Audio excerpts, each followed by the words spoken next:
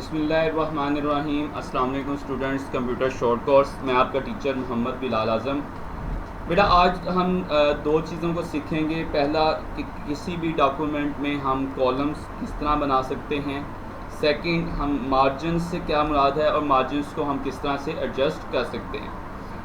अच्छा, सबसे पहले बेटा बात की जाए कॉलम्स की, तो आप लोग न्यूज़पेपर पढ़ते हो। न्यूज़पेपर्स में आप लोगों ने देखा होगा कि एक बड़े पेज को छोटे छोटे कॉलम्स के अंदर डिवाइड कर दिया जाता है। ठीक है, यहाँ आप लोगों ने डाइजेस्ट वगैरह या नॉवेल्स होते हैं या आपके पास मैगजीन्स होते हैं, उसमें क्या होता है कि हमारे एक बहुत बड़े पेजेस या बहुत बड़े ग्रुप्स को छोटे छोटे कॉलम्स के अंदर डिवाइड कर दिया जाता है। अच्छा, इसका मकसद कोई भी हो सकता है। आप किसी भी मकसद के लिए इसको छोटे छोटे कॉलम्स में डिवाइड कर सकते हैं। वो किसी भी कोई भी मकसद आप उसको हम बाद में डिस्कस करते हैं, लेकिन हम ये देखेंगे कि कॉलम में डिवाइड किस तरह किया जा सकता है।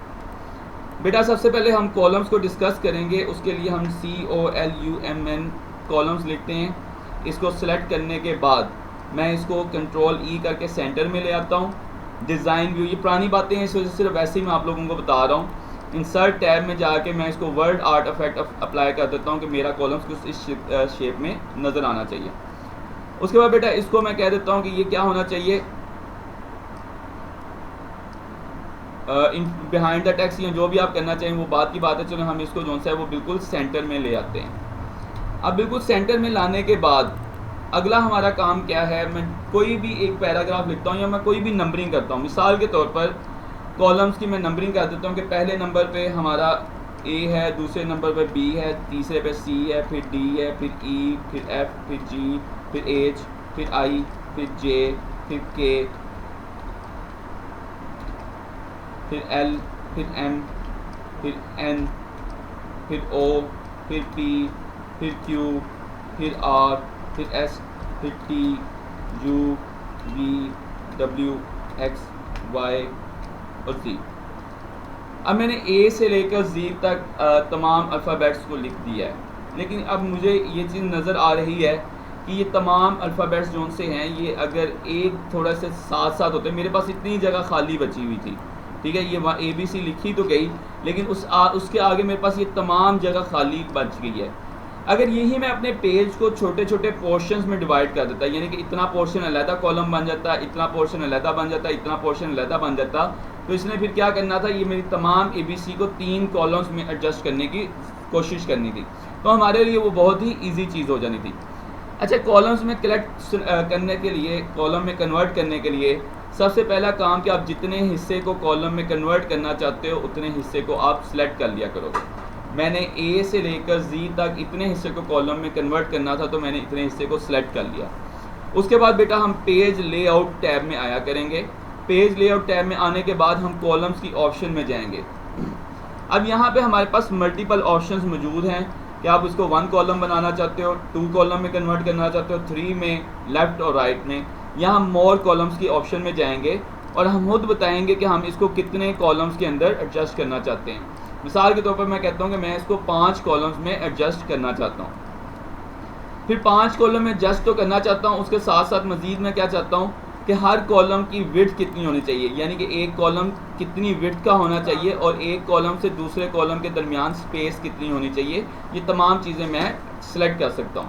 जैसे ही मैंने ओके का बटन दबाया, अब ये मेरा सारा जो डॉक्यूमेंट है वो कॉलम्स के अंदर डिवाइड हो गया है। अब मेरा पूरा डॉक्यूमेंट कितने कॉलम्स में हो गया है, 1, 2, 3, 4 और 5। मैंने एक पेज को 4 हिस्सों में डिवाइड करके अपने डॉक्यूमेंट को उसके अंदर सारा का सारा एडजस्ट कर दिया है। तो आप कॉलम किसी भी मकसद के लिए बना सकते हो, वो कोई भी इशू हो सकता है। बाज़ औक़ात आपने बहुत बड़ा पैराग्राफ लिखा होता है और आपको दिल करता है कि ये कॉलम की शक्ल में शो हो, तो हम पैराग्राफ को भी कॉलम की शक्ल में कन्वर्ट कर सकते हैं। अभी हम बेटा पैराग्राफ्स को कॉलम की शक्ल में कन्वर्ट करके देखते हैं कि अगर हम पैराग्राफ को कॉलम में कन्वर्ट करते हैं तो वो क्या प्रोसीजर होता है और हम किस तरह कर सकते थे। हम कंट्रोल Z दबाएंगे ताकि वो पहली नॉर्मल पोजीशन में आ जाए और हमने अब पैराग्राफ रैंडम लिखेंगे 5,7। हमने एक पैराग्राफ लिखा। अब मैं चाहता ये हूँ, देखो हम सेलेक्ट कर सकते हैं कि हमने कितने पोर्शन को कॉलम में कन्वर्ट करना है। मैं चाहता हूँ कि इतना पोर्शन कॉलम में कन्वर्ट हो, तो सिर्फ उतने से हिस्से को सिलेक्ट करूँगा। अगर मैंने बगैर सेलेक्ट किए कॉलम की ऑप्शन सेलेक्ट कर लिया तो वो मेरे सारे पेज को, जितना भी डॉक्यूमेंट है उसको वो कॉलम में कन्वर्ट कर देगा। लेकिन अगर मैं किसी स्पेसिफिक हिस्से को कॉलम में कन्वर्ट करना चाहता हूँ तो मैं वो स्पेसिफिक हिस्सा सिलेक्ट करूँगा, उसके बाद कॉलम की ऑप्शन में जाऊँगा, उसको जितने कॉलम्स में कन्वर्ट करना चाहता हूँ उतने कॉलम्स में लिखूँगा, उसकी विड्थ के एक कॉलम कितनी विड्थ का होना चाहिए और उसकी स्पेसिंग एक कॉलम से दूसरे कॉलम की स्पेस कितनी होनी चाहिए, साथ में इसको जस्टिफाइड फॉर्म में ले आता हूँ Ctrl+J। अब मेरा वो सारा कॉलम जो है वो 3 हिस्सों में डिवाइड हो गया और बाकी का सारा मेरा उसी तरह ही रह गया। कॉलम्स को पढ़ने का तरीकाकार क्या होता है कि हम पहले इतना हिस्सा स्टडी करते हैं, फिर यहाँ से दोबारा ऊपर से दोबारा स्टार्ट करते हैं, फिर सेव के बाद दोबारा टाइम से स्टार्ट होगा। तो हमेशा कॉलम को रीड करने का मेथड यही हुआ करता है। ऑल्सो आपको आइडिया हो गया होगा कि कॉलम को हम किस मकसद के लिए इस्तेमाल करते हैं। नॉर्मली न्यूज़पेपर्स वगैरह जब हम टाइप करते हैं, मैगजीन्स वगैरह बनाते हैं, जिस तरह अभी मैंने नंबरिंग को किया था, मैं क्वेश्चन नंबर लिखे होते तो बजाय इसके कि 10-15 क्वेश्चन मेरे नीचे ऊपर आ रहे होते, मैं उनको कॉलम्स की शक्ल में डिवाइड कर देता।